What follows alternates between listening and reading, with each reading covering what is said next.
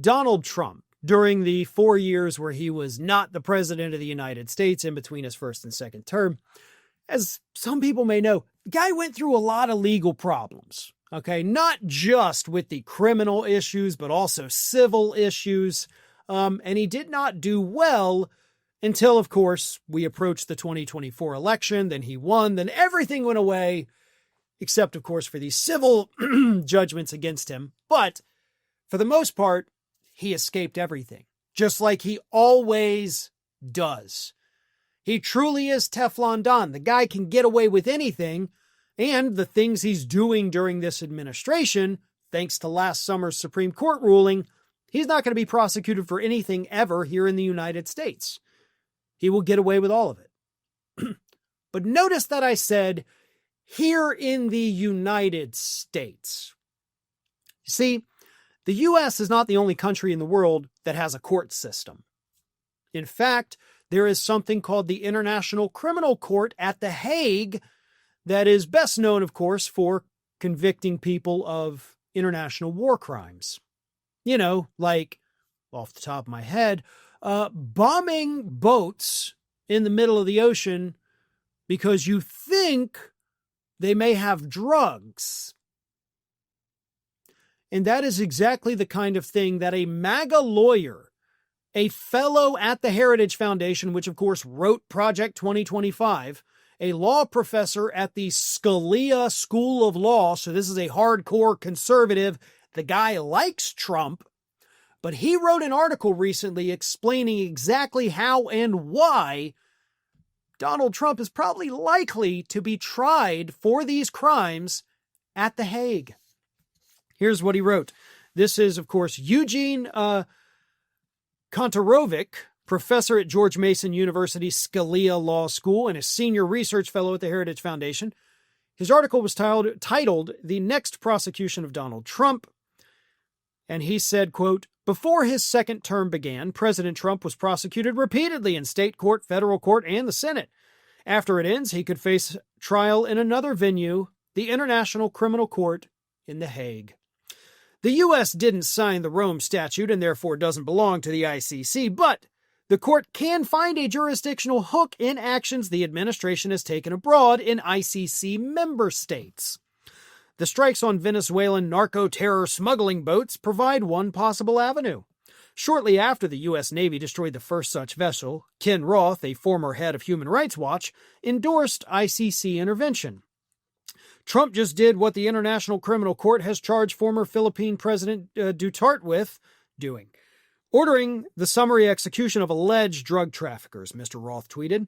Venezuela is a Rome Statute party, which in the court's thinking gives it jurisdiction over U.S. officials and servicemen involved in the attacks. The ICC has already launched an investigation against a non-member state, Israel, based on a single boarding of a vessel flagged by a member state, so it has all the precedents it needs. Now, the rest of the article, he tries to explain how Donald Trump can get out of this and he can undermine the court. No. I know, look, you're a law professor. I am not. You're a legal research fellow. I am not. But you already laid out how they can do it. So then to say, but here's how he could get out of it. I don't think so. The question is, will they? I don't think the question is, could they? The answer to that is yes, they absolutely could. Question is, will they?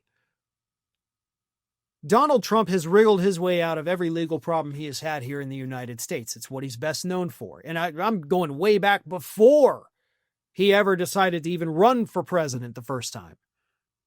This man has escaped so much. His kids have escaped so much.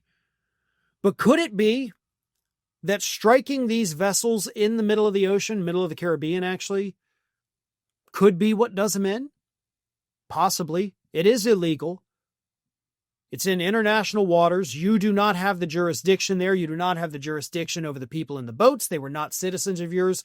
But most importantly, you also have no evidence to justify what you did. Even this guy, Kontarovic, writing these narco-terrorists, you don't know that they were. You're taking Donald Trump at his word, which is something a very stupid person does. This man has lied in office more than any other person since lies have been tracked. More than George W. Bush even. So to take him at his word is you have to be stupid to do that. But it's his word against nobody's. They can't defend themselves. They were blown up. We can't search the boats. The boats are at the bottom of the Caribbean. So that actually doesn't work out in Donald Trump's favor. If he had evidence that obviously the exploded people in the boats can't go and defend themselves against, he would have a way out. But he does not have evidence. If they did, they would have shown us long ago. That works against him with the International Criminal Court. So, you've prosecuted world leaders in the past, ICC. Do it again. Launch the investigation right now. He is going to continue doing it. He is continuing to do it. It's not that he's going to. He is continuing to do it.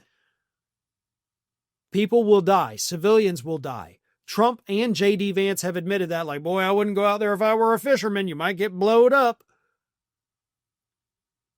They're admitting they don't know who the people are that they're killing. So, if ever there was a time for the Hague to step in, it's right now. Thanks for watching, everyone. You know, we're inching closer and closer to 1 million subscribers, and we're aiming to hit that goal before the year closes. So if you aren't subscribed to the channel, please do so, and don't forget to like, comment, and share.